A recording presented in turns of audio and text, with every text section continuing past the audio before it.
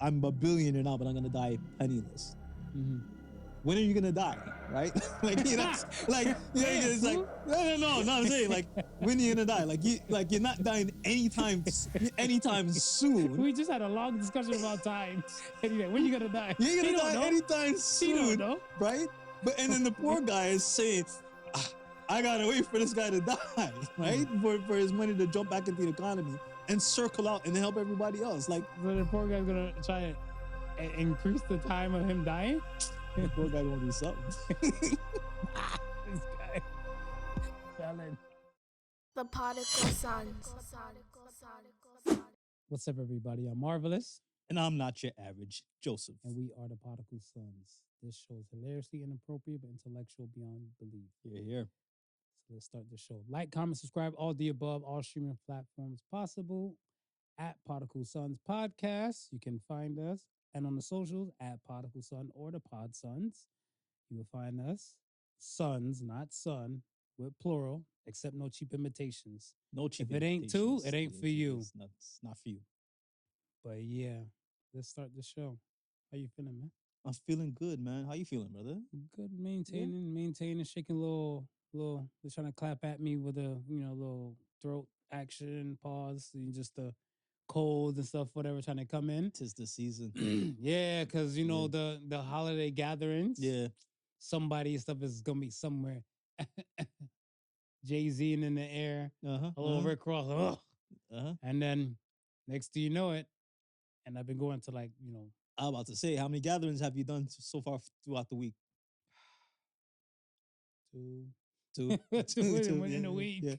Oh, last Sunday I saw you. It's ramping up. Is it ramping up? No, okay, this is like the season of like, this is here. Oh, I just want to go say hi. Oh, this is it. Yeah, I think, let's say, God bless this week coming. Right. This week right here. So if you're getting this on a Tuesday, it's at least a little relief.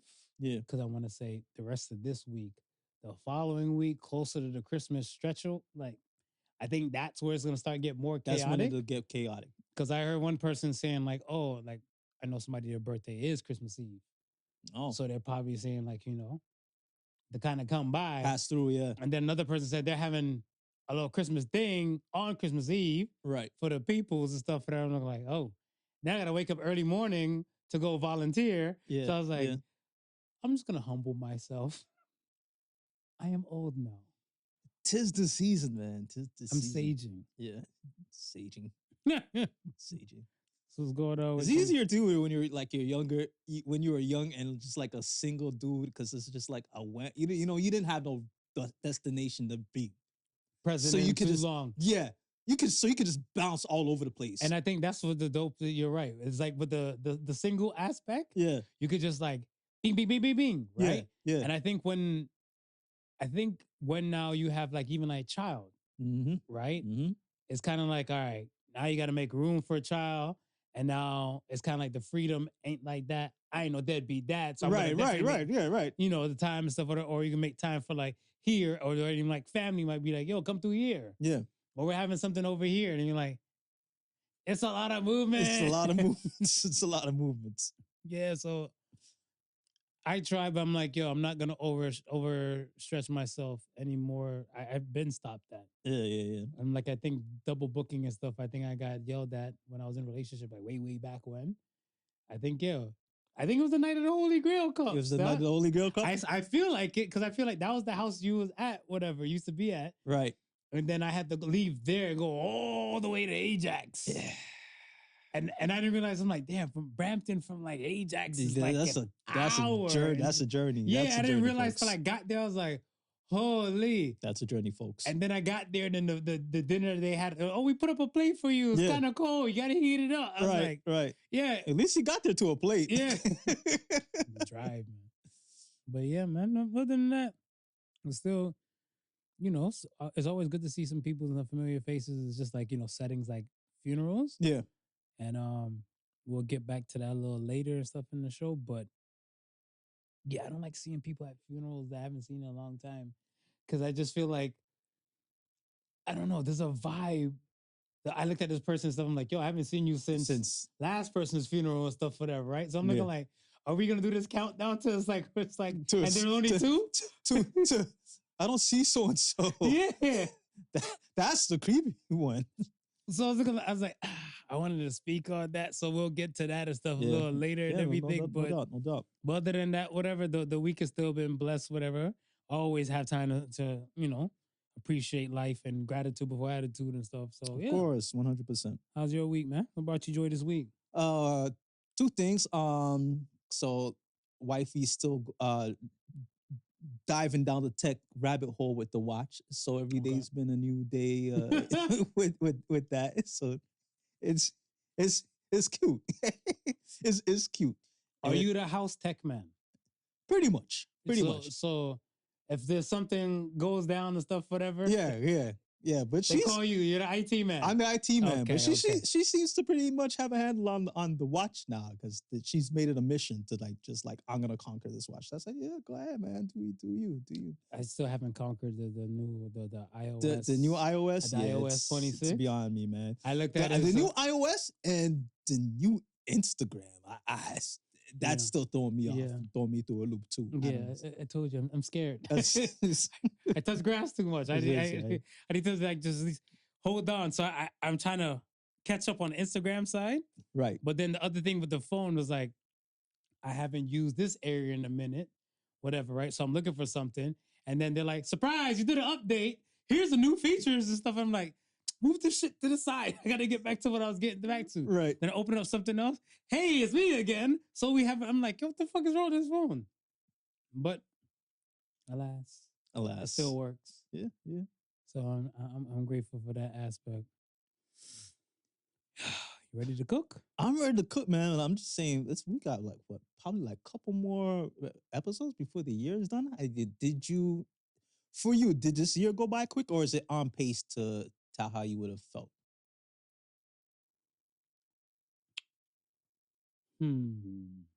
I would say, to be honest, this year felt like it was going at a decent pace. Yes. To me. Right? But I felt like it went to a pace where, they say funny how time flies when you're having fun. Right. I felt like I've enjoyed this year out of the other years and stuff, whatever, the previous years. Okay.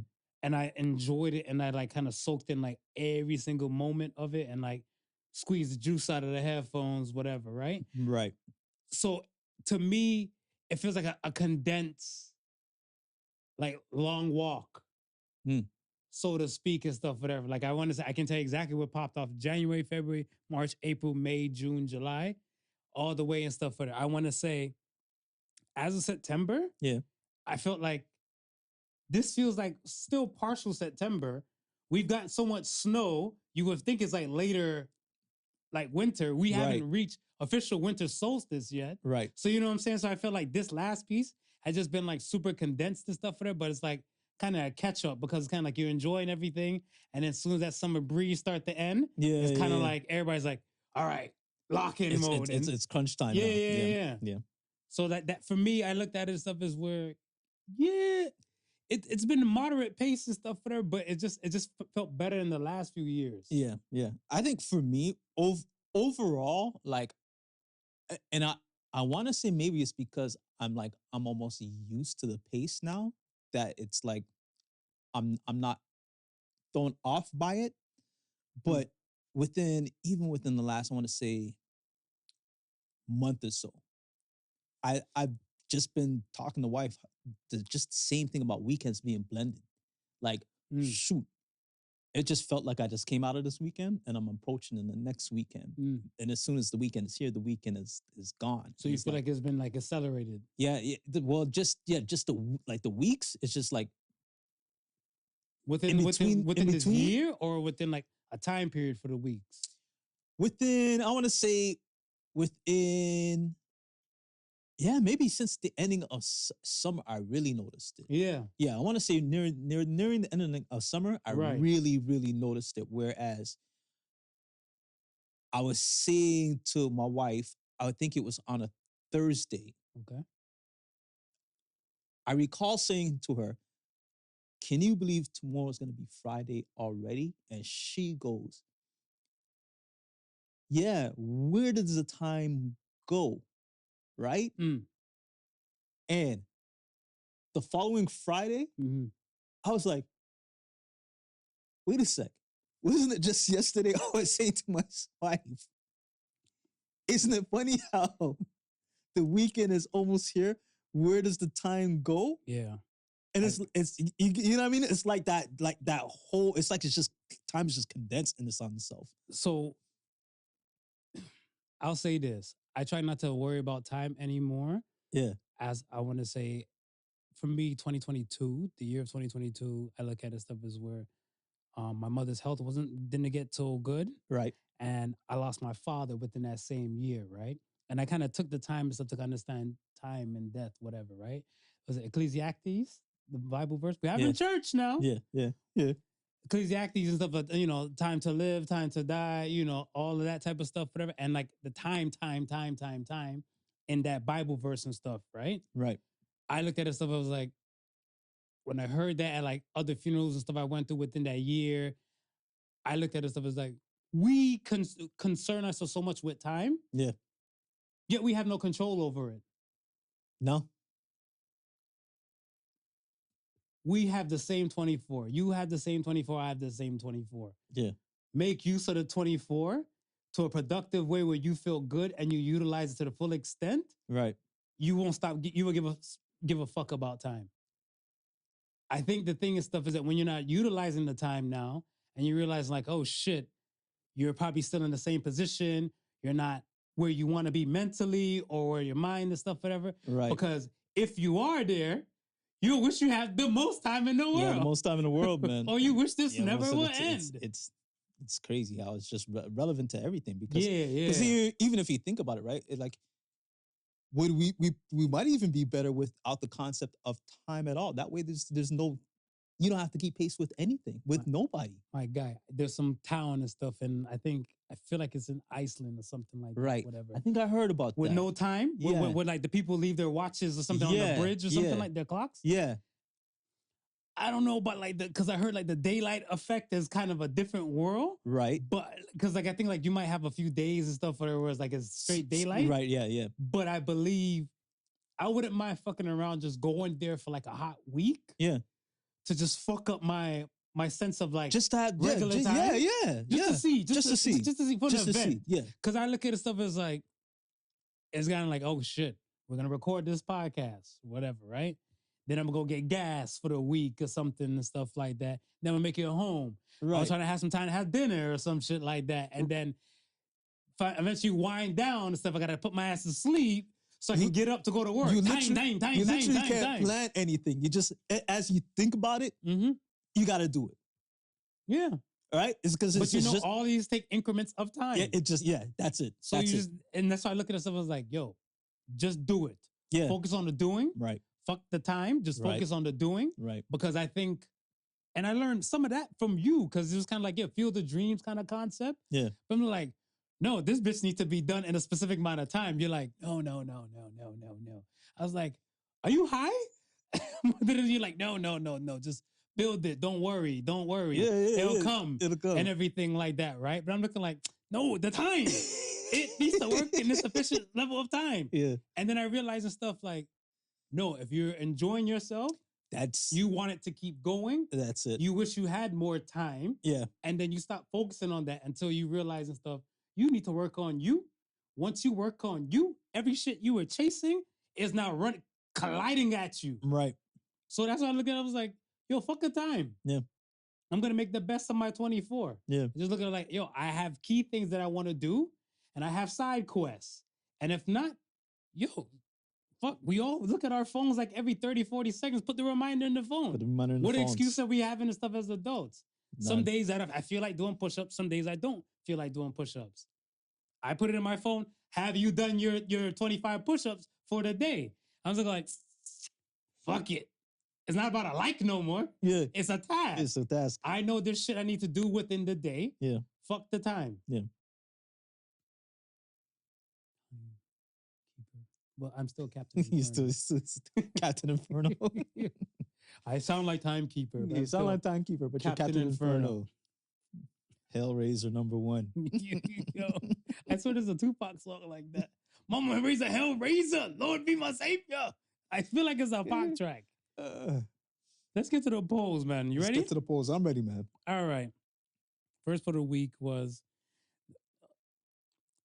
I screenshot. Let me just say this. I screenshot the results of these polls. Yeah. Both of them bitches are sitting at 100. Both of them are sitting at 100. Both of them are sitting at 100. Are you ready for the questions? I'm ready for the questions. So the first poll of the week was, do you go to church often? And 100% of people said no. 100% said no. There's a lot of people that saw it. Yeah. And I seen the people who participated. Yeah. I was like, respect for your honesty. Yeah. The other ones that looked whatever, I'm like, who's the Hellraiser now, Smooth? Who's the Hellraiser now? I want to say you add in the funerals plus the invites for church. I've been to church quite some times and stuff. Quite some time. I want to say often for the amount of Sundays within a year. I'm still on the low side. Yeah, you're on the low side. Could be better. Could be better. But I pray often. I pray every day. There you go. Now, let's talk about the heathens. Do you go to church often? No, I don't go to church. All right, Hellraiser. All right, this conversation is for you. This is for me. Yo. Internal flames. We don't want them to incinerate the world, but let's look at it like this. Were you born in a church-going family? Yes. Now, my next question, were you forced to go to school, Sunday school or church and stuff with the fam? Let's say between the ages of, let's say 5 to 13. I would say yes. Okay. Yeah. And then now, when did your parents give you autonomy to say, yo, you got to come to church on your own? I want to say, yeah, probably like 14, 15? Yeah. I was thinking about that. Maybe 13. I want to say probably 12 was probably when it was like they gave you choice. You must go to church. Oh, you must. Yeah. And So 13, like I said, yeah, in that range. In that range. So now when you start, like, now they're giving you the option, like, you come to church and stuff, whatever, on your own, and when you're ready and everything like that. Yeah. With you being born into a family that's like kind of church going, and then for you being forced to go to church and stuff like that, did that help create like a push away from church, from being forced, or was it more something and stuff as like, eventually you'll find your way? Yeah, I don't think it was a real push. I more than an eventually I'll find my way, because I think I got kind of still, even though with not attending as much, kind of still had the idea of the importance of having that that spirituality and that religious moral compass in your life that church and religion provides. Yeah. I was in my heathen years. No, same. And that's what I'm saying. Like a lot of us. I am also a Hellraiser, as you can tell. I don't think a lot of us is, the fact that we were like forced, because I think not waking up and wanting to go every Sunday was a thing, right? And so you were kind of yelled at and kind of coerced to get going. Yeah, just call it forced. To get up and get going. The force, because you got some cuss words, you got some this, you got some that, whatever. Some kids might have got a slap or two. Yeah. Get your ass up. You got forced. Yeah. They used the parental force. But I mean, after a time, it just became your choice, and I think my parents always had that understanding that it's the individual has to have that personal connection and will to want to now go in and seek that connection, that oneness, or whatever you want to say, to that whatever it is that drives you to go find your spirituality. That's got to come on your own. No one should give that to you. Agreed. Right? So I think after a while, the reminders of how good God is and what God has done for me, Mhm. you know what I mean, as a kind of, hey, don't forget, and that, like, that type of level. And then But eventually just kind of, not to cut you, but Yeah. that kind of understanding comes like later in your life though, right? yes. And that's what I'm saying. So it's kind of like where we'll say 15, 16 and stuff, right? I'm just anecdotal number, right? But let's say the 15 16 range when their parents is now giving them choice and stuff, right? They will find their way, like, they're probably appreciative, understanding, Yeah. little markers of like let's say they're still interacting with the family and the family saying like, God is always watching, or they're saying grace. Yeah. So they're still somewhat in the element of it, whatever, right? But they don't find their way or their connection till like later, Yeah. right? So there's still a gap where they're just like, I'm gonna say heathing, but I was like, they still haven't found their connection. No. Where back to the connection aspect, where I'm looking at stuff as like, what sparks the divine to start, or what started it for you? I think what really started for me is, like, getting into adulthood and finding out Your back might hurt. adult situations, adult problems that are bigger for you. And, sometimes it calls for more strength than you can provide for yourself. Right. So I can agree to that. You need more help to deal with this problem or situation and stuff. It's bigger than you. It's bigger than you, right? It's bigger than you. And it's like, once you start realizing it's bigger than you, and then you start to realize all the other things that are, wow, it's really bigger than you.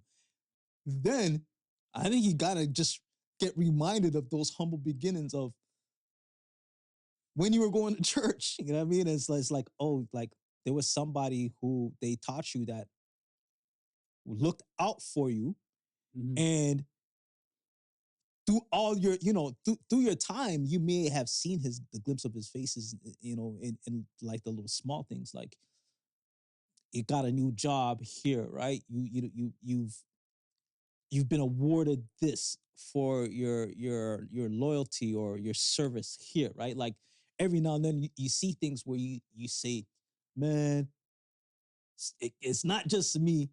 Something else helped me get here, right? And you kind of realize that.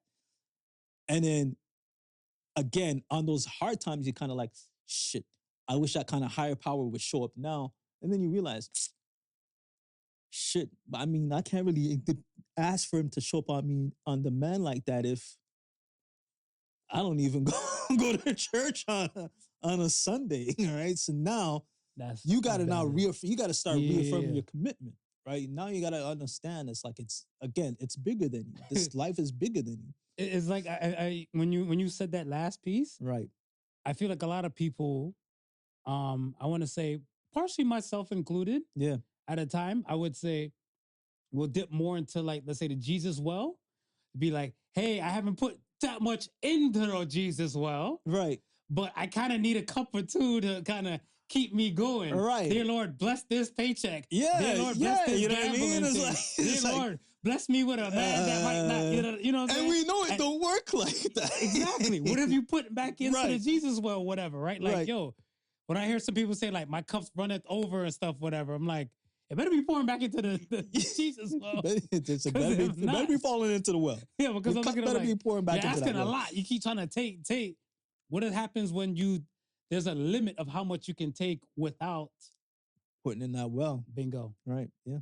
Because how far can you really stretch with the ladle to kind of just take out of the well and stuff? That eventually, either you go full in or you don't take no more. I'm about to say you stretch far enough, you're gonna fall in. Bingo. You're gonna fall in. I think for me, my side was, my mom was raised in church. Yeah.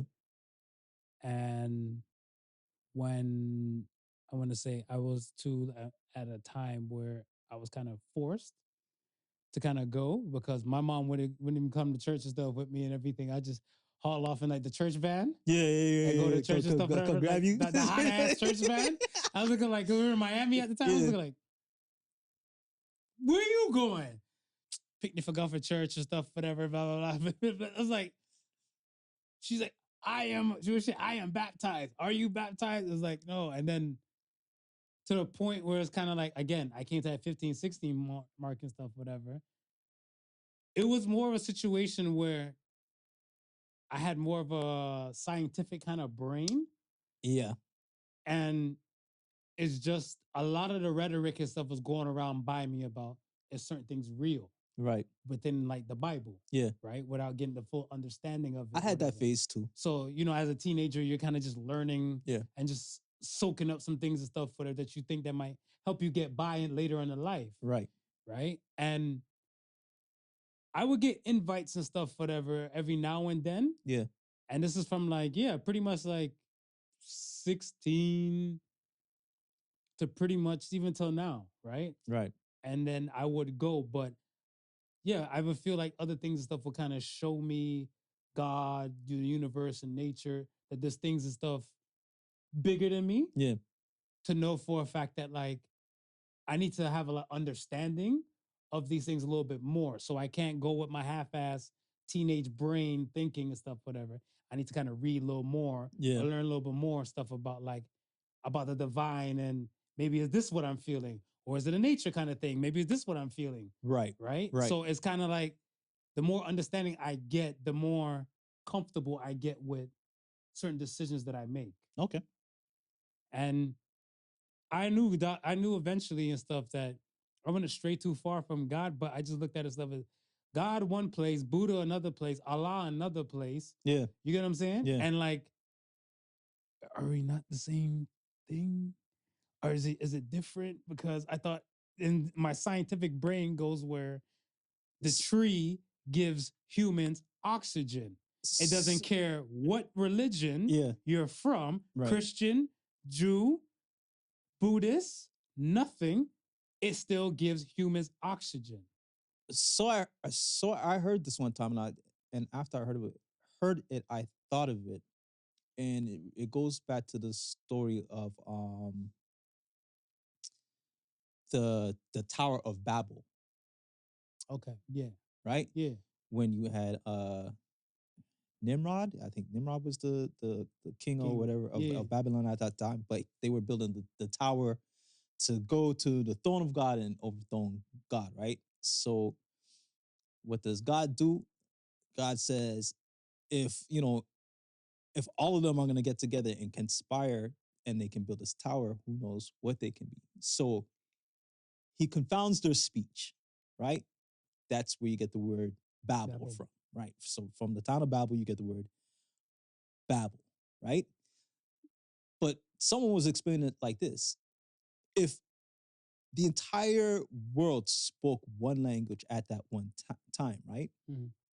Then everybody would have the one name of God, right? Mm. But if he confuses the speech, then there's going to be many names for God. That's fair. Right?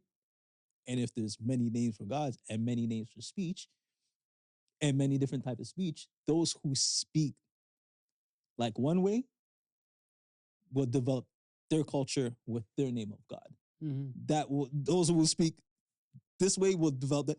But in essence, it's still the same God. Yeah.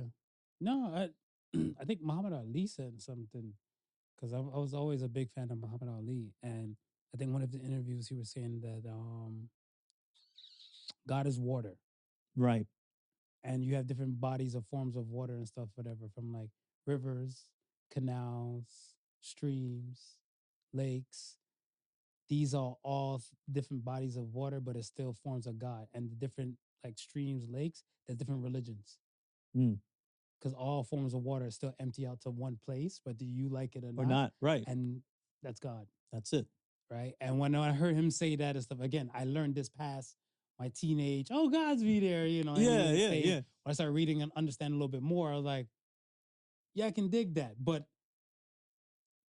humanity don't see it like that. Like, and that's how I'm looking at them like, we're hurting each other. You're not supposed to hurt you, but thou shalt not kill. That's okay. Thou shalt not kill, and then you're taking just go ahead. Almost every religion that you can think about has some form of value of peace And love. and love attached to it. But yet we never see it practiced. That's why I'm looking for a church to bring my ass in to go to more often when they talk about stuff like that. Yeah. Just more on that aspect and stuff, whatever, right? I ask people, they're like, oh, you'll get that more in Bible study and stuff, whatever. I was like, no, sell me your Thunderous Sunday. Don't sell me with Bible study. And there's no beef for Bible study, but I look at it stuff as where you want the dollars, you want the time, you want us to fully pay attention to stuff, whatever. I want to come on your top day. I don't want to come on your, you break it down in a language. Yeah. And a language where everybody can receive it and the energy of the place will be different. Right. It might even entice me to come more. Well, but that's what your job is supposed to be. That is what As you're supposed to preacher. do as preacher. Okay. That is what you're supposed to do. Okay. That's what I said. What do I know? I'm Hellfire. Captain Inferno. All right. You ready for the next poll? I'm ready for the next poll. Should billionaires exist? I know there would have been 100% no on this one. Ding, ding, ding, ding, ding. How did you know? What's your beef with billionaires now?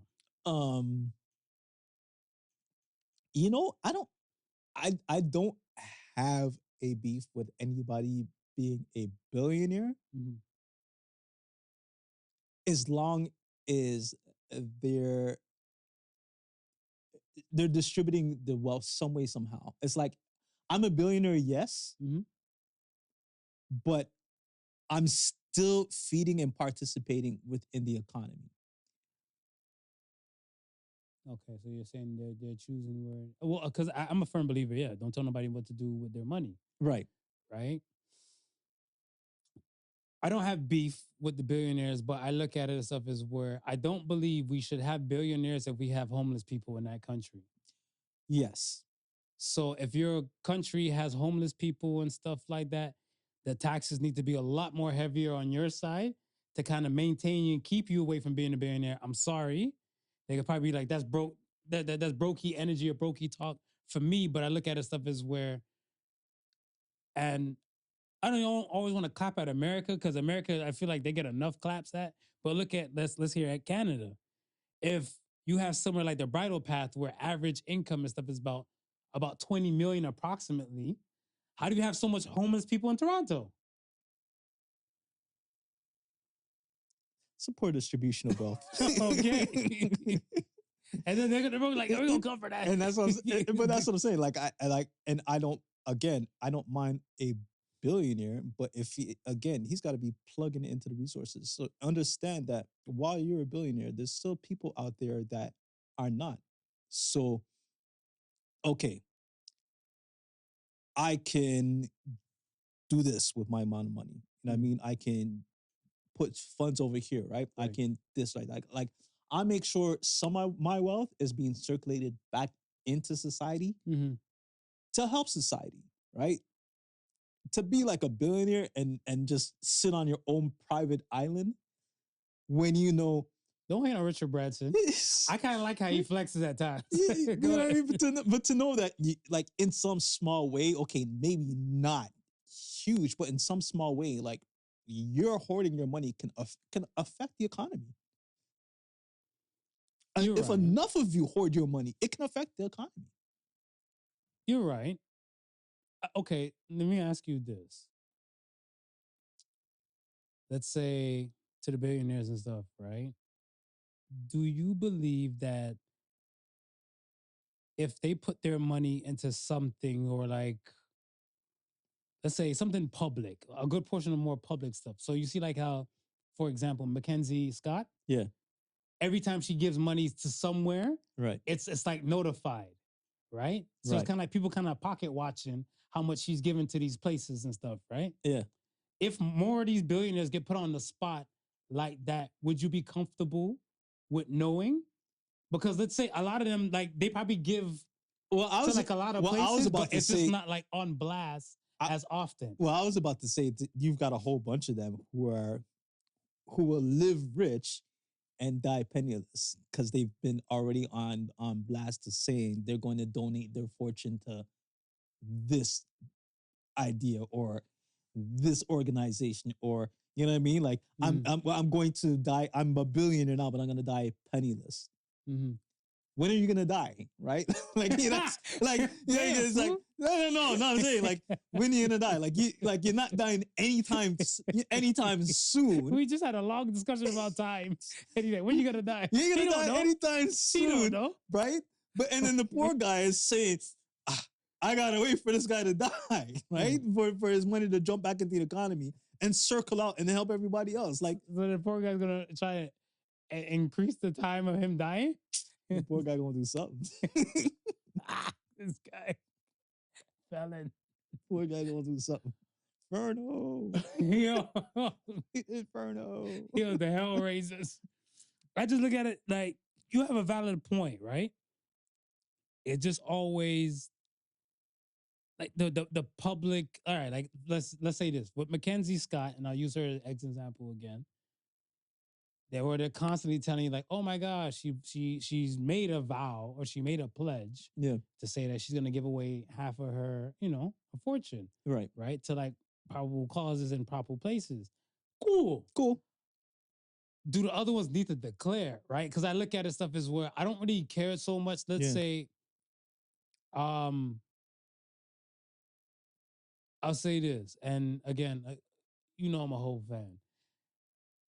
Jay's a billionaire, but the Brooklyn that he rapped about and everything like that, how much changes do you do from your neck of the woods and stuff, whatever, right? I don't know. Right.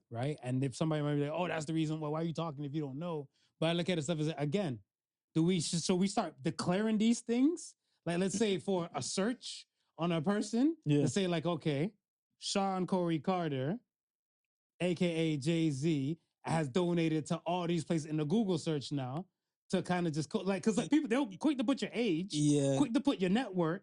So we might as well start to quick to put the donation list. No, you know what? I don't want to have to search.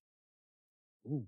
I just want to be able to believe that you're doing your part. You know what I mean? I don't want to have to watch and make sure. I don't want to police you. I don't want to please anybody. Yeah, I don't want to police you. I'm doing my part. I have faith in knowing that I'm doing my part. I want to have faith in knowing that you're doing your part. That's fair. I dig that. Sorry, billionaires. Sorry to future billionaires. It's go be great. Go ahead. Podical Sons. Yeah. All right. Are you ready? I'm ready. We kind of cooked for a while, though. I like this, though. Yeah, Let's jump right in then. Let's talk about education in Canada. I just love talking about Canadian shit, whatever, at times, because I look at it stuff as where there's so many Canadians on this side. Yeah. They can't quite the point at other places down south for the problem. Even down south or another place, that place is a hellhole. This place is like that. Good old Great White North and da-da-da. At least we're not like America. However, let's talk about education in Canada now, right? Yeah. You heard about the Toronto School Board. Right. And the firing of that minister for less than a year. Yeah, to see less than a year, right? As a parent who had kids that went to school in Ontario, how would you rate the school district? From 1 to 5. Google rate this thing. From 1 to 5? Yeah. I'm gonna say I would give my kid's school district a 3.5. A 3.5. Yeah, they weren't bad. Okay. Yeah, they weren't bad. Should the Board of Education be only run by teachers? It shouldn't only be run by teachers. Okay. But I think they should have like the most amount of say. Talk about it. So, because I've been having, let's say, within the past few days, and my gatherings and stuff like that, whatever. Right. I'm like, we're gonna have this talk about this on the Sunday. So I just start having same kind of conversation with a lot of people. Yeah. And I don't want to sway you, but the rhetoric is kind of all over the place. Right. But I feel like the parents from firsthand experience have a better answer to these questions. So Yeah. I just always look at it, and also even from my perspective, right? Mhm. Like those who have the boots on the ground have like a better perspective on things. So the reason why I would say I would get more of the teachers involved is because they're in it daily, and they see directly what needs to be changed or directly what's being affected, Right. right? So you start from there, but I don't think outside of teaching knowledge, they don't have like the business acumen that it takes to run something like a school board. So now you need like the why trustees. not? And the reason why I say why not is because there's been, let's say, throughout the course of my knowledge, Yeah. is that some were regular teachers, Right. then they upgraded to be principals in certain schools. Yeah. And then after that, they're probably jumping on the school board, right? Yeah. Some space, shape, or form before they became, I guess, that great, they were still possible, or with the know-how to say before they became principal, Yeah. have to learn the dynamic of the business aspect. No, They do. Go ahead. And I think once they get to like that final stage of, sitting on top of the board, going through all those ranks, yes, they will pick up business acumen on the way there. Mhm. But once you get up to that level, I think it still calls for maybe one or two who have like people who are outside of teaching and have just business experience itself, because the board is dealing with other businesses. They're not just dealing with, school related stuff. But I thought school was about the kids. School is about the kids, but if Right. you notice right now, a lot of problems what they're having right now is not only with the education, but it's with the funding, Right. right? And the part of the problem that they're having with the funding is the funds have been mishandled by the business folk, but not the teachers. by the business folk and Okay. Yeah. by the business folk. But that's what I'm saying. You still need the business folks there, I think, because with the teachers, Mhm. again, they're not gonna know what would be the proper investment, this, that, and the third, right?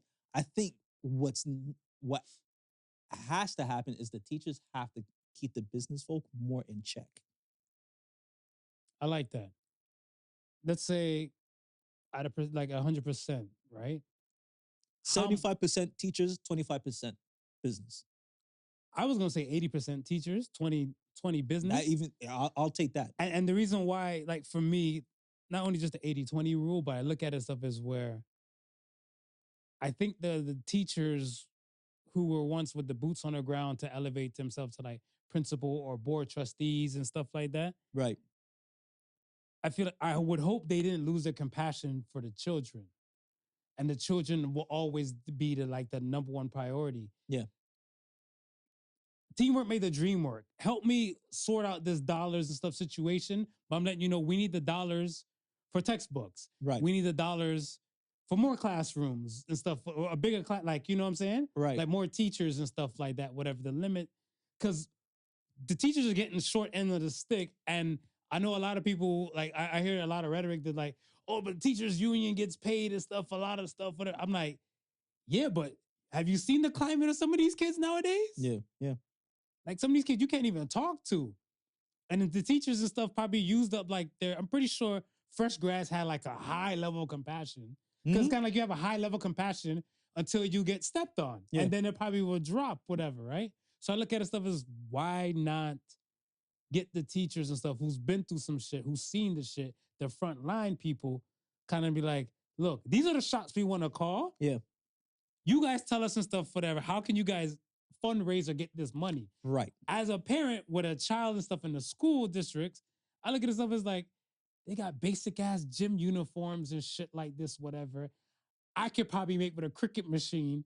And these motherfuckers are telling me $70 for a pair of pants. Yeah. Yeah. What is you doing with the extra money you're hustling from me?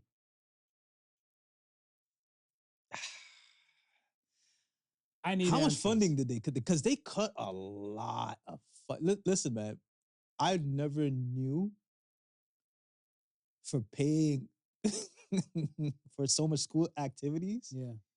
until my kids hit high school. Mm. So in junior high, there might have been like a few activities that we paid for, but even back then, I want to say the majority of activities would have been covered by the school or it's some sort of school fund, whatever. When I was coming up, I think all but like the major trips, like I think we had one that was to Montreal, and I think another one that was to Washington, D.C. I think those, you paid a bit, and then there was a fundraising portion for the other part of the money. Okay, so I dig that. Right. Right? But I look at the stuff as where, all right, let me be bootleg teacher for a minute, whatever, right? My name is Mr. Hades. Class is in session. Still got to stick to the Inferno side. Still gotta... My thing and stuff is that my students will like to go to Greece to learn about Hades and the underworld and Mount Olympus. Right. Whatever, right? Right. I come to you guys as the school board or the district and stuff and say, like, look, flights are like this. Yeah. The dollars are like this. Yeah. How about we have the students and stuff whatever pay, I want to say, for a trip like that from Toronto to Greece and back, a G a piece. Right. Right? Right. So 1K Okay. to go to and stuff like that, whatever, right? Yeah. If we do one big group, I'm pretty sure we get a disco somewhere, no? Yeah, yeah. All right, yeah. so on some realistic stuff. Yeah. Now I tell you guys and stuff, whatever, I'm like, do I need to source out the planes and the places, or can you guys do that? Because if I'm doing it, No, the school... I don't need you guys for business then, if I'm doing it as a teacher. Yeah. So that's what I'm saying. I feel like there'll still be more No, teachers. the school would have to do it, and you would want the school to do it. Yeah. You'd want find the a disco. Well, not only that, because you don't want that liability. Oh yeah. Right. No. Yeah. So you definitely 100% would want. I didn't want to police nobody. I got a son to care about whatever focus like that. I was like, damn, it's a lot. One is a lot. So and I think that's part and parcel of the problem, because you would be able to do that, but I think a lot of times if you're doing it through the proper channels, then it would probably have to be done through the school board, just for documentation and insurance policy and without a doubt.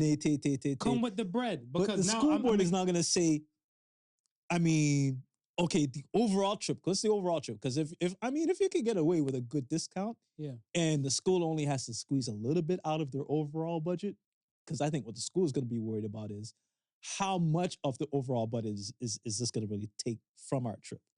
That's what I'm saying. So who's saying that? Is that teachers or the business side? Because logically speaking, this is why I say, right? You need you need the business side, right? You need the business guys to work out the numbers appropriately, right? To say this funds could be accurately put here, and we'll still have enough for this, that, and the third. But you need the teachers to oversee that they're actually doing this. You're not wrong. You ever seen Abbott Elementary?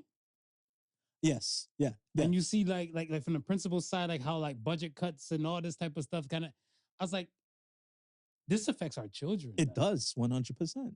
And they have to work with them to next to nothing. 100%. I've seen panels, things and stuff like over on YouTube and stuff, like how the teachers have to do a lot of bidding wars and stuff. And I saw one teacher, she said she has to moonlight as a DoorDash driver and stuff like that, right? Yeah.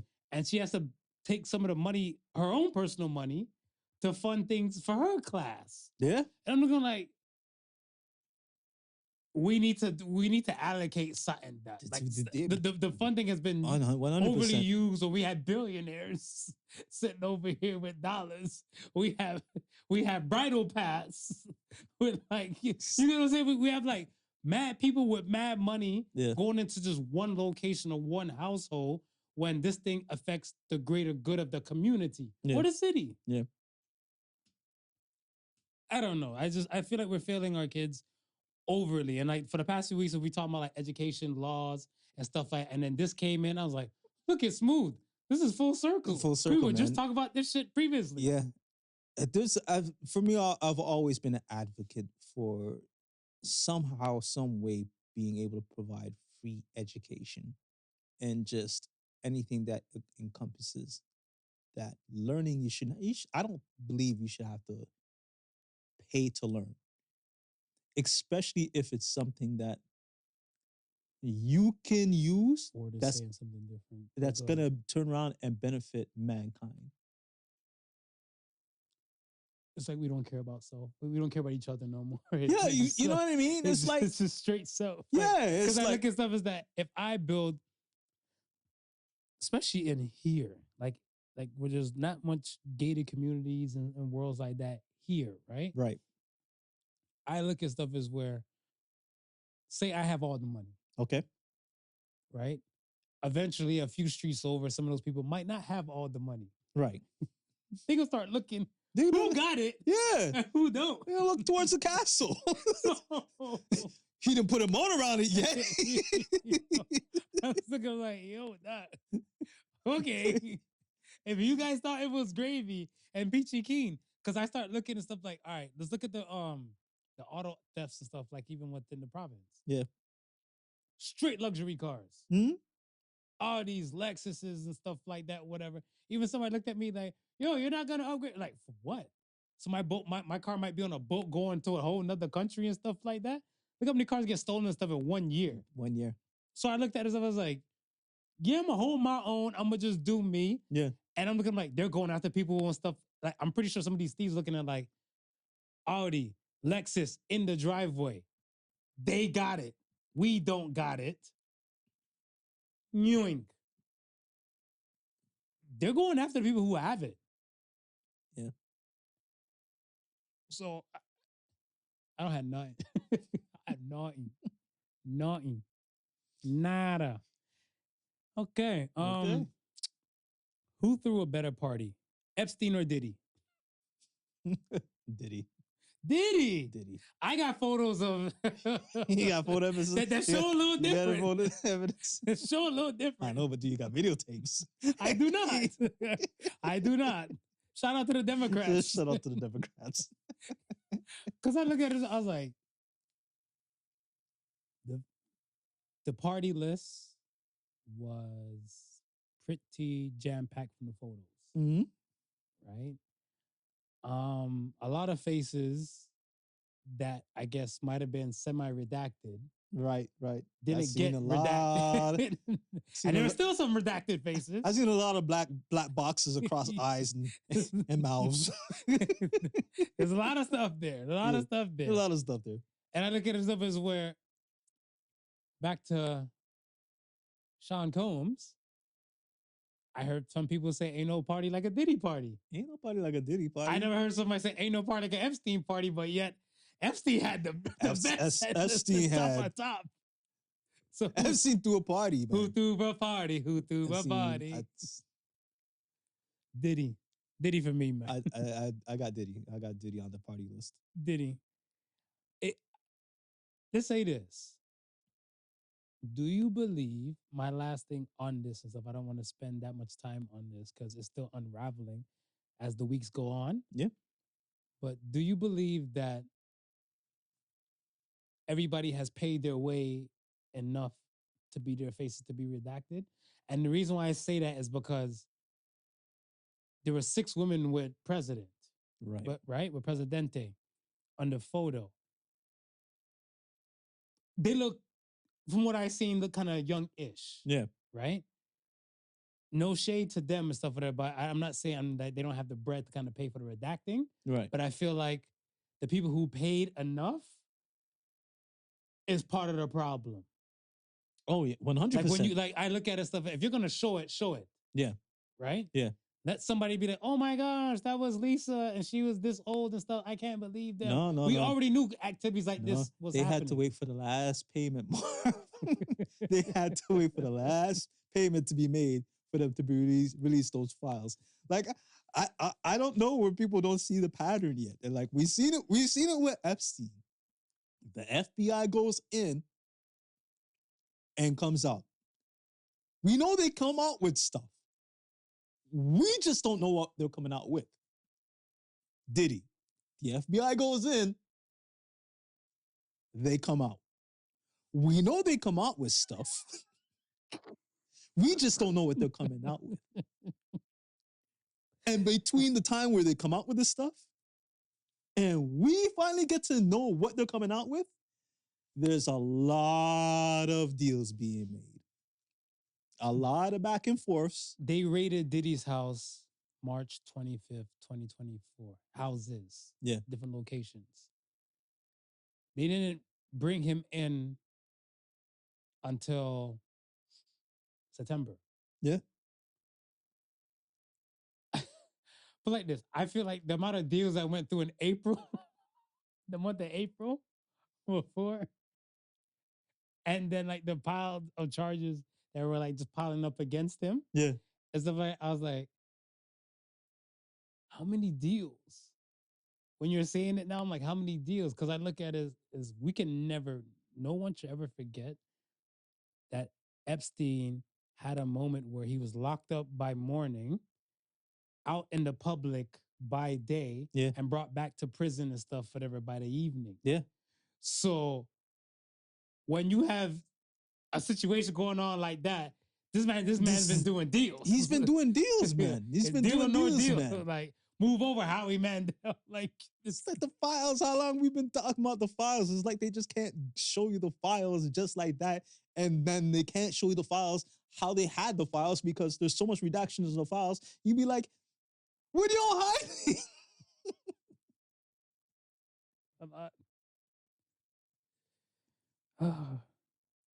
Good for them. Good for them. Good for them. The reckoning. The reckoning. The reckoning. One more quick thing is before we move on to like question of the week. How do you rank a GOAT for music? By the sales or popularity? Popularity. Popularity. Yeah. Talk about it now. Let's cook on popularity now. Why would you say popularity? And then give me an example of a person that you feel like we love because of popularity and not because of their sales. Nas. I think Nas did incredible sales. Yeah, but I don't think he's done it the sales where it's like for where his popularity is. I think his popularity is more bigger than his sales. Okay. That's fair. Like, I don't know like the total amount to kind of pull from, but I would fairly say and stuff that like Nas doesn't get recognized as much as he should. Yeah. But then again, I guess I would kind of be part of the zeitgeist, you know? You could be part of the zeitgeist. Because I look at it as where I grew up with Nas. Mm-hmm. Right? And I want to say to like the younger generation and stuff, or like, let's say to the Gen Zs that will come after, he might have done a 1-2 track with like these people, like, you know, like Fabio and ASAP Ferg, who's more of like the younger kind of squad and stuff that the Gen Zs might gravitate to. I'm not saying he does a lot of those features, but those things will add to the sales and the plays and stuff. Right. So I look at it, the plays count part as the sales. Yeah. With that being said, for me, I used to say, I would still kind of say sales. Mm-hmm. And the reason why I say sales and stuff is because, yes, we moved and stuff into the digital aspect and stuff where like plays can be, plays count as sales and plays can be doctored or botted. Yeah. And everything. But I look at it stuff as where how many platforms would be saying the same thing unless all the platforms are botted to that level. Right. right? Right. And now we look at champion artists and stuff, and I'll use Beyonce as a champion artist, Okay. where she still came from a time where CDs and those sales meant something. Yes. And then you have somebody like Taylor Swift who came up in the digital aspect where the plays mean something. Right. Who still holds more weight? Like in the sales aspect, would it be the CD folk? It would be the CD folk. That's what I thought. Yeah. So that's why I thought that, like, with sales wise and stuff, whatever, if you're an artist who was doing the heavy CD sales plus the streams, Yeah. you're goated. Yeah. Yeah. I can see where you could get that metric from. Okay. Would you consider somebody like LL Cool J a GOAT? By sale wise, Or just any LL, I would think I will put LL as a top father, as like a forefather up there. okay. But it wouldn't be for sales though. It would be more for Popularity. popularity. Right. Yeah. Yeah. Because I feel like there's like like the I shot you, like the 4-3-2-1s, Right. the Mama Said Knock You Out, like Right. those kind of hits and stuff, whatever. To me, I feel like they were influential in my world. Yeah. And the people who kind of like, rock with me, birds of feather flock together, Yeah. might kind of gravitate to similar the same thing. Yeah. Right. And the sales aspect might be like some touch it, why don't you? Like some LL showing off chest type of stuff, whatever. And they might not go that far into the sales of it, but they will like him for, oh my gosh, he's on NCIS. Right. Yeah. Oh my gosh, he's been in movies. Yeah. Oh my gosh, he's And I think that's what kind of like cements like the GOAT status for me as far as like LL is concerned. It's because he kind of body different landscapes. That and that he transcended what a typical rapper was thought of at that time. I can agree to that. Right. So because before him, how many rappers were really acting on that level? And then not only acting on that level, but become more famous as an actor than they are known for their rapping. Right? Same movies. Could you say the same for like Ice Cube? I could probably say the same thing for Ice Cube as well. I could probably say the same thing for Ice Cube. Yeah, I mean, so those without the, and when again, it's not like they never had like, we're not saying they weren't like record sellers, because back in the day, obviously they did their thing. We established that holds more weight. Yeah, so if you bought a record back then, that's probably like what 100 plays of somewhat. Yeah, of course, right. But we're saying in this day and age, the majority of the people may now know them for the acting, as opposed to the rhyming. But we can't take away like that. Like that's some GOAT shit, right? It's like, yo, these rappers had transcended, and now that's like a blueprint. Like if you want to be successful as a rapper, you have to have another lane. Oh yeah, without a doubt. Right? You have to have another lane, and the original other lane was acting. And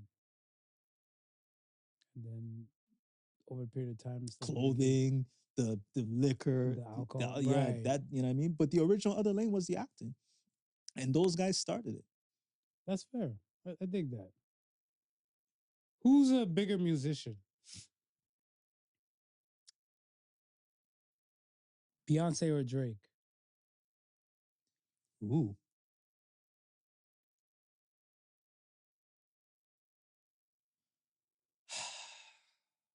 They both have popularity. They both have popularity. They both have sales. Would you say Beyonce is musician? Are we using the right word when we say musician, or should we? Can we use pop star, superstar?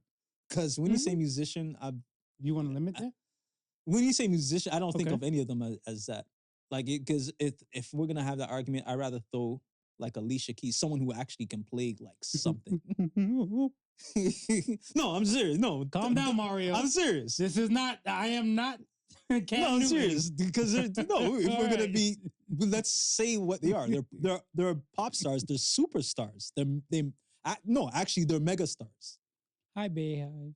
They're megastars. They're not. They're past that musicianship. And who's the bigger out of the two of them? I'd say Beyonce. I think Beyonce is. Really? Yeah. There's something about Drake that Drake is. I want to say. Drake is. I'm not saying they're not household names. Yeah. My thing and stuff is where how far, like throughout the land or the planet, their names can ring bells. Right. Because it's like, you know, I always find it dope where like, well, I found it dope when you see like way back when MC Hammer had a billboard in Japan. You're like, Hammer ain't have a hit in a minute, no shade. But I look at it like, yo, you transcended to that level and stuff where it could be a household name there and then somewhere else and stuff like even America, Hammer might not be a nothing. Right. Right? So I look at it stuff as where the name Beyonce, is it going through like the villages of Vietnam? Or the name Drake? See, through the villages of Vietnam, Yeah. Beyonce. Okay. Beyonce. Okay. I dig that. Yeah. Yeah. Nah, B has that vibe and stuff, right? Because I look at it as where she did. Was it Renaissance? Yeah, I think when she did the Renaissance. Yeah. She did the Renaissance and people like the fans went to the concerts to get custom outfits to that level. I was like, I don't recall too many people making a OVO. Some people might buy OVO like, you know, clothing brand and then go to a Drake concert. Drake has his fingers are on all aspects of this, bro. Like, Does he have more Grammys than B? Who? I don't think so. Okay. Who would have thought that a year plus later? No, not even. We haven't. It's not even been a year yet. That Kung Fu Kenny does the Super Bowl, right? That Drake would drop an entire OVO line with the NFL collection. Ka-ching? Who would have thought that? Nobody. I would never. But that's part of the business aspect. That's why the business rappers. The Super Bowl, which you don't get paid for the Super Bowl, right? Yeah, you don't get paid for the Super Bowl. I've heard. What's the bigger play? The promotion. OVO. Everybody was like, "Ah, Super Bowl, Super Bowl." This guy's just struck a partnership deal. Don't Kung Fu Kenny got clothing? I'm not too sure. To be honest, I'm not too sure.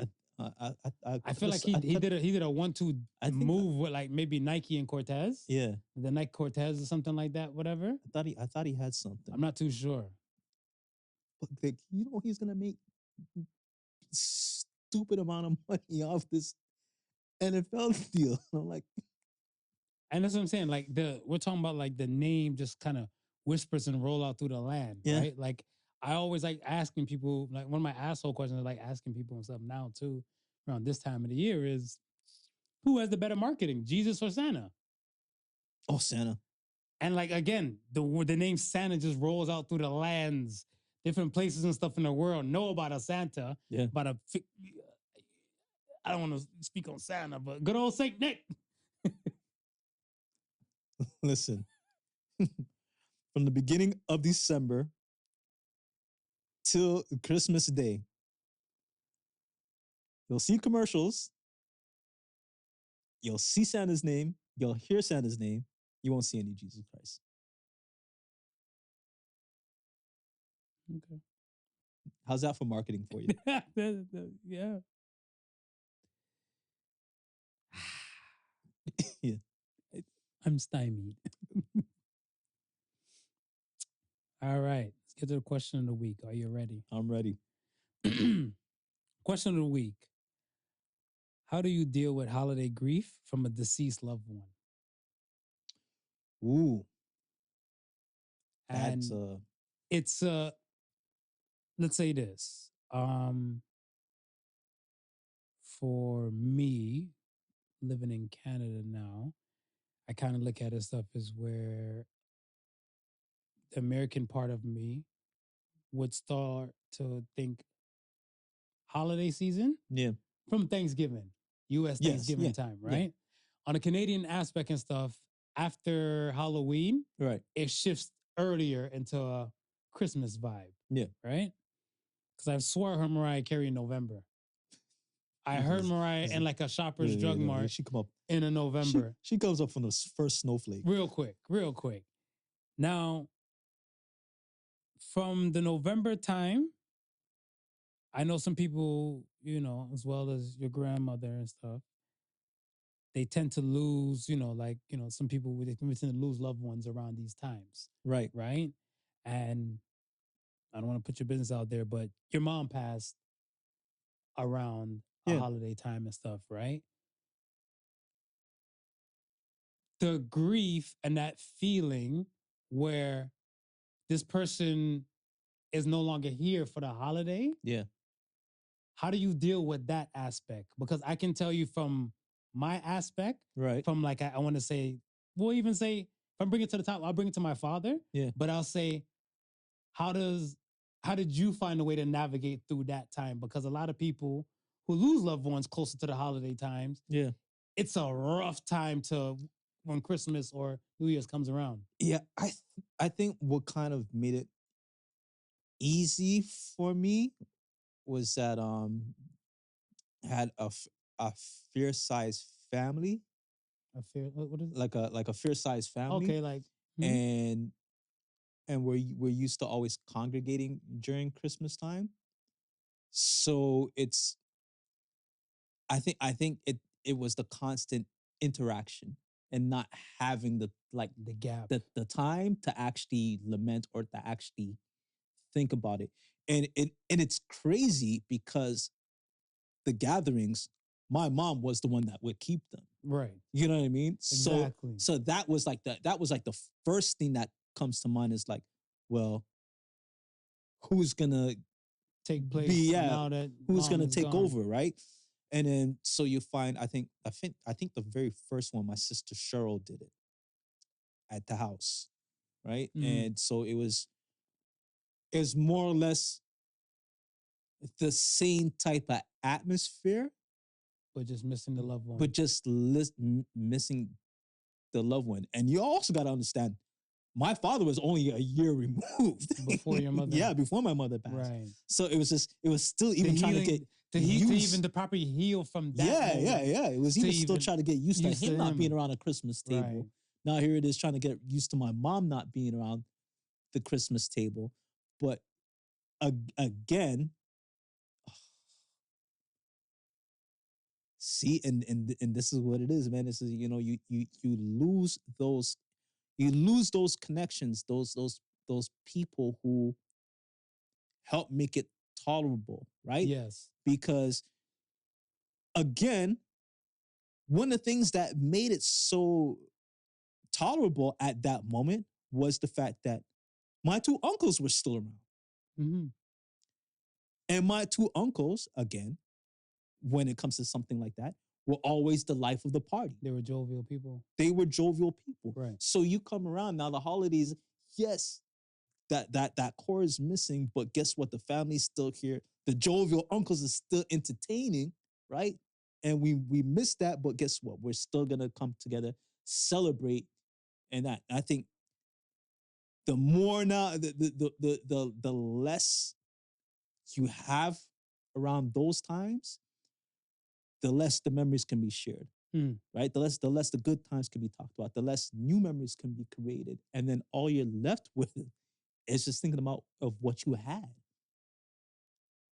So I've been fortunate, I want to say, to have, you know, family around me and being able to tap into that during the holiday seasons, whether it's my personal family or it's my wife's family. I've never been in a situation where I've never been in a situation where I've been alone to sit down and have to think about. You're missing, blessed. Yeah, a loved one. You're yeah. blessed. Yes, I'm very fortunate that way. Yeah, which is amazing, and it is. Yeah. There's no shade, no clout. No. Because I I look at it understand stuff that. as where there's some people I understand that. don't have a single No, soul. I get that. It's kind of like I know a guy, right? Shit, it was pretty much kind of like that. His girlfriend at the time, she had a genetic kind of thing. Okay. And it just kind of got the best of her. Right. Right. And throughout the November time, this is years ago, but throughout the November time, it was like, she's fighting this battle going on with her body and everything. And Yeah. she lost the fight in like the ending of November. Okay. And the funeral was in like, I think mid-December. Okay. Right? Yeah. And that energy, like when I went to go pay respects for him and everything like that, the energy, he's looking, it's him and the daughter looking at like, our Christmas time, it was just us. Right, yeah. Right? Yeah. The daughter might just like, as she got older, just do her ones and twos. Yeah. And stuff like that, whatever. But she was just always, but make sure like, all right, whoever I'm with, I got to go home, have dinner with my family. Again, the single life. Bounce back and forth. Right. Right. So when the mother's now removed from the equation and stuff, whatever, everybody's asking like, are you guys, come to this relative's house, come to this relative's house and stuff. And for him, he's like, he's not even going to answer his phone. Yeah. Next Christmas. Yeah. Right. And so I think like I saw him a little bit prior and stuff, going towards the time and stuff, whatever. And he's like, he hopes nobody comes up and like, oh, I'm sorry, such and such is gone like a year ago. Right. And everything like that to kind of give him a thing. Cause he's like, I asked him if he's seen somebody for the grief and for that feeling and stuff, whatever. And he's like, no, but when you go around people, it doesn't make it any better. But I'm like, I would hope, like the way you were saying. And that's what I'm saying, yeah. That it would make it better and stuff to you to kind of don't be alone with the thought of the missing person and during these loving times. And I think what it is that if the people who you are going up are going around against were not as close to the person you lost as you were, then I think that's where the difficulty may lie, because them not being able to understand what you're going through may lead for awkward situations, right? Something might come up where, again, they might ask you, they might say to you, I'm sorry for your loss, so-and-so, right? Like, it's probably the last thing that you want to hear, even though it's well-wishing. It's probably the last thing that you want to hear at a function that you're going to try and celebrate with, right? Whereas you're going amongst family members, they already know. They're going through it too. So you're not going to hear, I'm sorry for your loss. Got it. You know what I mean? It's like, it's also going to depend on... It'd be good to lean into the family aspect. Yeah, it doesn't necessarily have to be a family aspect. It could be like really close friends, like people if you all grew up to your tribe. Perfect. Could be your tribe, right? Where it's, you understand, where you can all sit down in a room and not say nothing. Yeah. And understand why you're not saying nothing. And be okay with it. And probably feel better. Y'all just sat there, just had each other's company, and that was it. That's all y'all needed. Find your tribe, please. Find your tribe, man. Your tribe will help you get through these holidays when you're missing particular components or people that kind of might have been the matriarch, might have been the world to you, but they meant something and stuff for you not to kind of get into the loving aspect of the holidays. Yeah, yeah. Because if it just makes you be more reclusive to people, you need that sense of tribe that, like you said, just we know what the deal is. We know such and such was here last year at this time. We know they're not. We know where we don't have to discuss it. You were there. Yeah. You witnessed it. Your connection might not have been as close as my connection, but you get it. You get it. And you're just trying to just hold the togetherness in Right. for the sanity. For the sanity.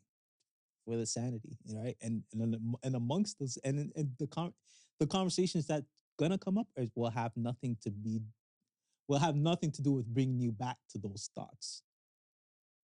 I would hope. I would hope. Right? I would hope. You know, and again, it's just because people and I'm saying it like for the greater good, yes. It's just that some people might be at limits. Yeah. And hopefully we all know the time and place for everything. Right. So I don't want to be like, you know, if I might be that weird person or that different person and stuff, whatever, and I've hit my limit break. Yeah. This is not the setting for the limit break. Right. Be grateful that there's some kind of bonding or some kind of camaraderie is popping off That's right happening. now. Yeah. And just kind of like let bygones be bygones for now. Yeah. We can come back to that. Yeah. But fuck, we coordinated to come together. If we lost somebody, this is not the time to be like, well, you ain't show up, or you don't know how much I love this person compared to like you love the person. Right. That ain't the time. It's not the time for that. No. Gratitude before attitude. Yeah. So, yeah, it's I see a ton of people and stuff, like I said, constantly throughout like the November times of the year. Anytime it comes to like that after that November mark, I'm like, fuck, even if it's somebody I don't know like that, whatever. I have coworkers that lost a relative and stuff like a few days ago. Okay. Right? And they're burying their grandparent, I believe the 23rd. 23rd. The 23rd, because they're gonna have family in town.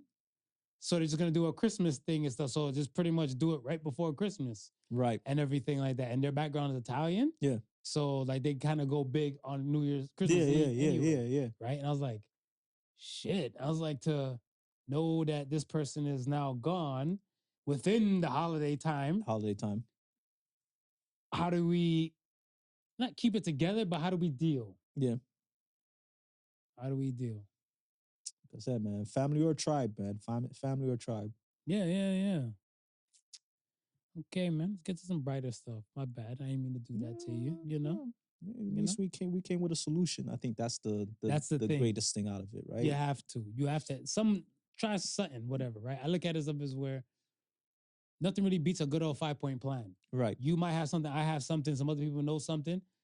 This is the collective, the cohesive. These are the goals we're looking forward to. So like to deal with the Christmas grief of or the holiday grief, to be politically correct, is something that everybody experiences. Yeah. You could have lost a relative and stuff in the February of this year. And to know for a fact that last Christmas you had said person, this Christmas you do not. So true. All right. Let's get to the Ask the Sons. First Ask the the Sons comes from HappilyNever. Are you ready? I'm ready. If a movie was made about your life, which actor would you want to play you? Oh, Omar Epps. Yeah.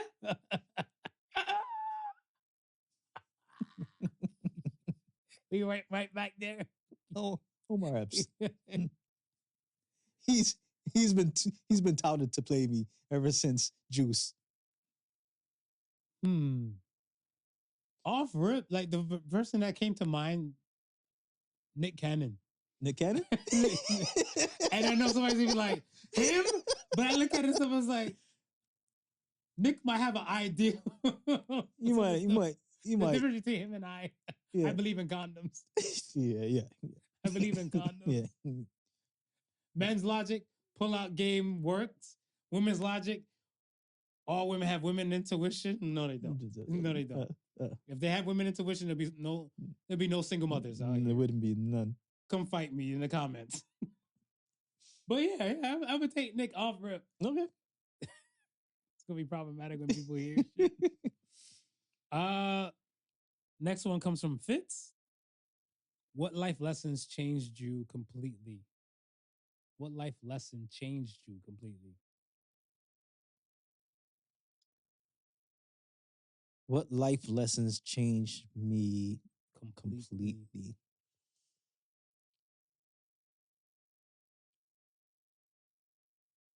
Oh, yeah. For me, Mhm. act and behave like the world you want to live in. Mm. So somebody said that to me.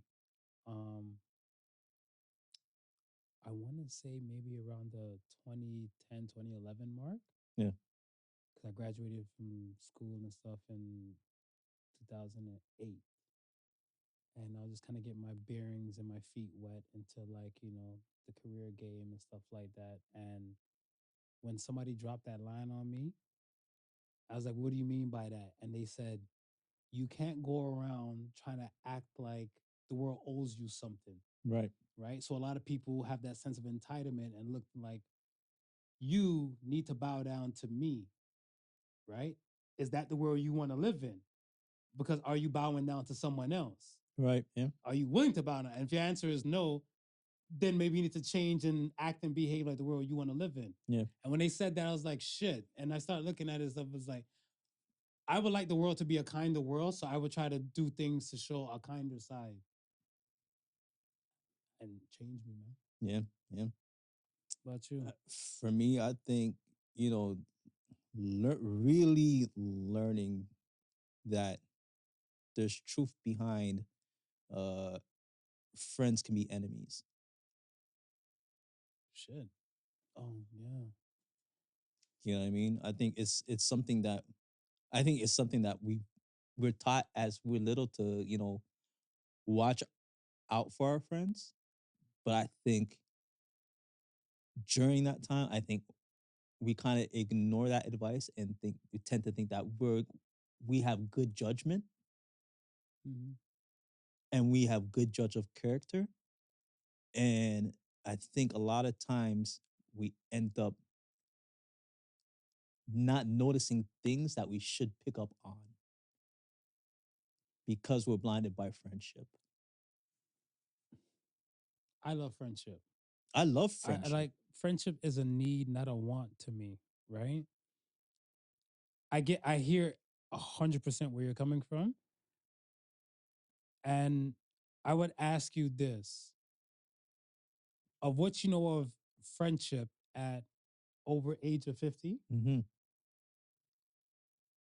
what would you tell your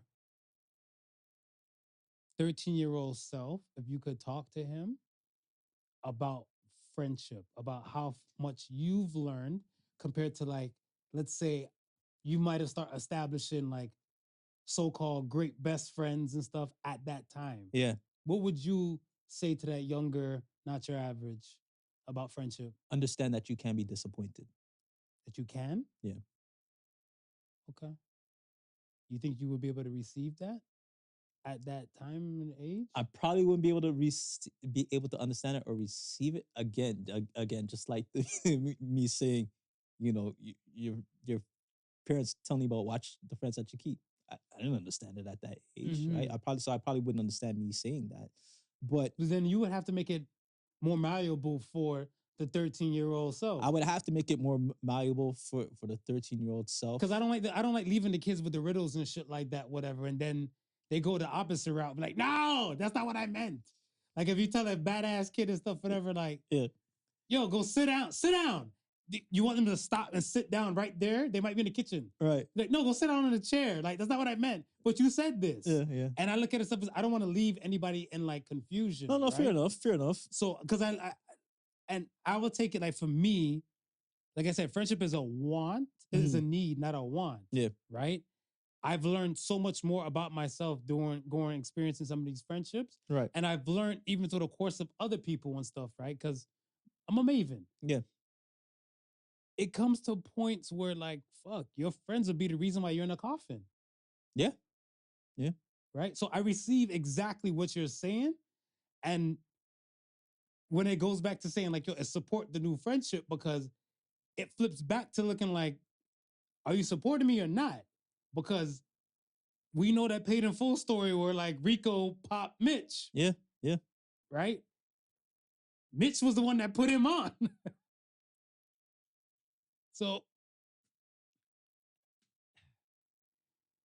I like Yeah. friendships. Don't be mean about friendships. No, I'm that's just joking. no, man. That's I'm messing with you. I'm messing with I you. love friendships, but it's just one of those. It's just one of those things where, you grow up thinking, yo, like, no, you, this is your boy.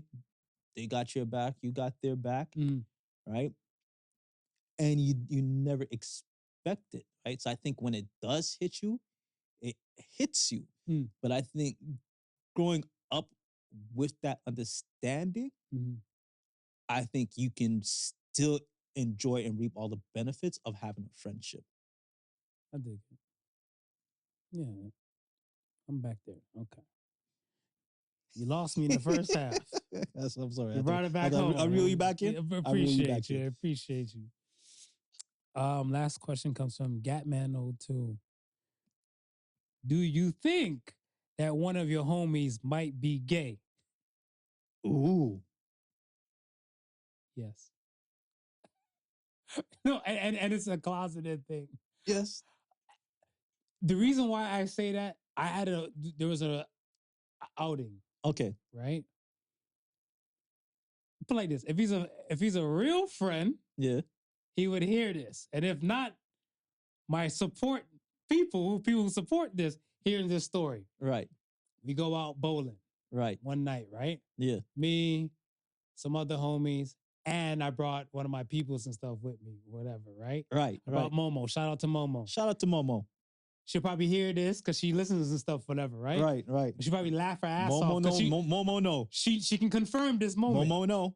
So at the bowling alley we're at, whatever, right? They got the music videos popping on above every lane. And the one TV is for the score of the lane. Yeah. Next one, music videos and shit, whatever. Going on all fucking 50 lanes, right? A Justin Bieber video comes up. Okay. Right? No one provoked set person. Right. To say what set person needed to say. Right. Set person says, man, Justin Bieber think he black because he got a big dick. Say what now? Don't use this as a commercial and cut off that part. This is what he says. Don't try to use me. I know you. No. This guy said that. Yeah. He said, Justin Bieber think he's black because he has a big dick. Say, ain't nobody asked him how he knew. Momo ass laughed. Momo lost it. She's like, what the fuck? And she started laughing and everything like that. And I'm looking at like my other homie who there left like, I'm like, how you know that? Oh, he on the internet flashing and shit, whatever. I was like, that's none of my searches. Even at the time, because this is back then. Not in my so I'm searches. looking, this is not in my searches. Not in my searches. Might be something like Pornhub or some titties, some ass. Yeah. Never a Bieber dick pic.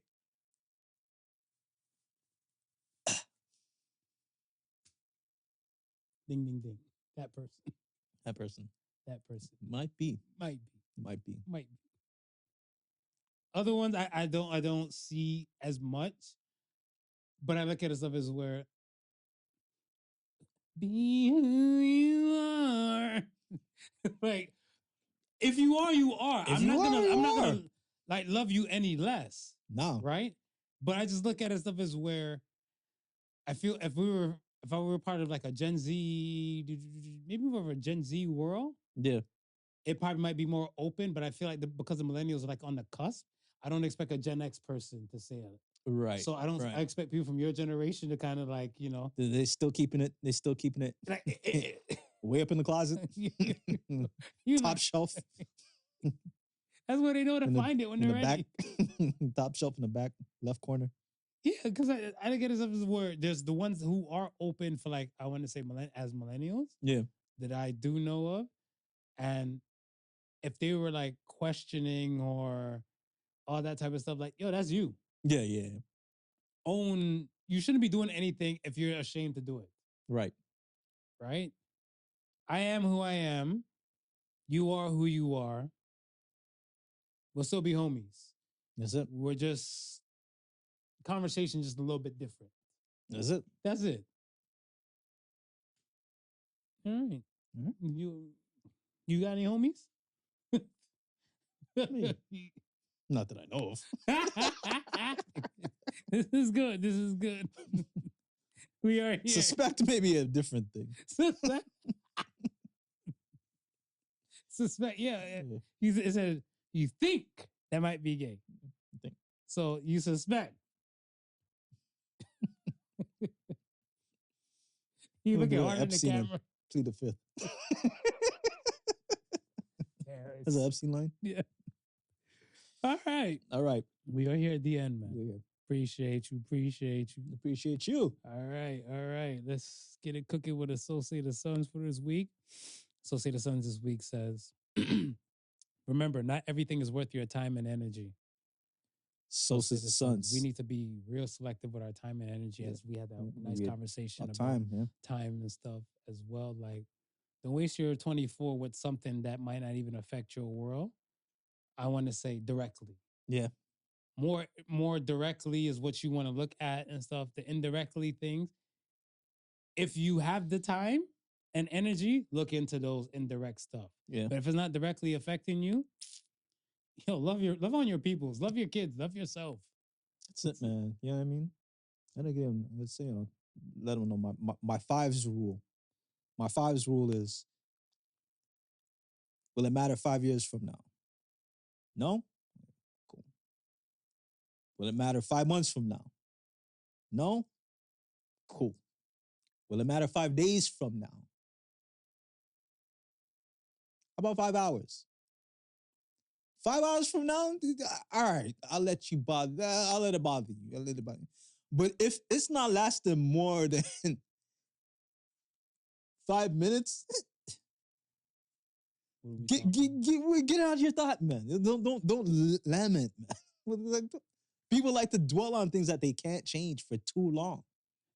Yeah, I get laughed at all the time and stuff. Apparently, some people perceive me as like, again, Hades. And then other people perceive me as like happy man. But I'm like, I don't have time to lament on bad shit or negative shit that's not for me. No. And to your 5 rule, yeah, most of the time and stuff, if it's something I'm not even gonna care about in 5 days, why the fuck would I hold on to it? Why? I like it. All right. So say the Sons, man. Remember, not everything's worth your time and energy, man. So say the Sons. We are here at the end. Like, comment, subscribe. Hopefully you enjoy rocking with us for this long. We appreciate you guys. And yes, happy holidays to the ones and stuff out there. I know it's coming along, but stay safe out there. We still got to make it to the year. We still 2026. We still got to get it. Be safe out there. Driving wherever you are. People get a little more saucy on the road. Be alert. Stay alert. Stay safe. I don't want to get sued for that, but yeah. Once again, thank you for listening to the Podical Sons. And remember, the difference between genius and stupidity, genius has its limits. Peace and love. Y'all be great out there. Peace and love. The Podical Sons with not your average Joseph and Sofa King Marvelous.